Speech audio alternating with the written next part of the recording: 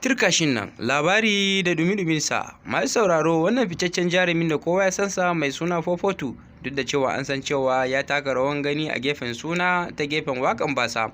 To masu sauraro, kowa ya riga san wannan fitaccen jaruma mai suna Mujja, duba da cewa ana musu zargi da cewa suna iskanci da junansu, amma fitaccen jaruman wannan Mujja cewa take ita da ta iskanci da Fofotu gara ce ta rasa rayuwarta.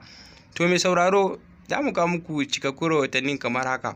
Dan Allah, idan wannan shine farkon ziyartar mu a wannan tashar namu mai albarka, wato Naka Ido TV, na so da ku danna mana subscribing kana da alamar kararrawa kamar haka.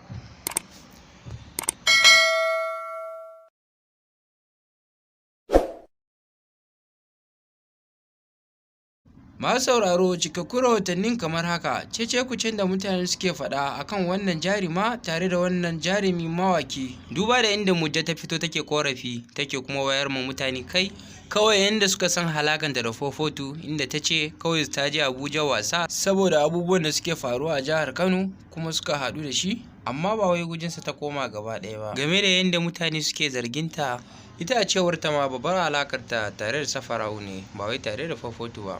Amma mutane suna zargi da cewa suna lalata tare. Kuma Murja ta bayyana cewa Safara'u ma ba budurwar Fofotu ba ce, Malika 'yar Nijar ita ce asalin budurwar Fofotu.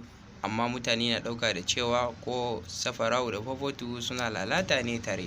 A cewar fitacciyar jaruman nan Mujja, duk wanda ya zarginta da cewa sun yi lalata da Fofotu, ita Allah ya isa ba ta yafe masa ba. To masu sauraro, karshen rahotannin mu kenan kamar haka. Dan Allah, idan wannan shine farkon kawo mana ziyara a wannan tashar namu mai albarka, wato Naka Ido TV, dan Allah da musu da ku danna mana subscribing kana da alamar kararrawa. Hakan ne dai ba mu damar isar da sako zuwa gare ku. Mun gode.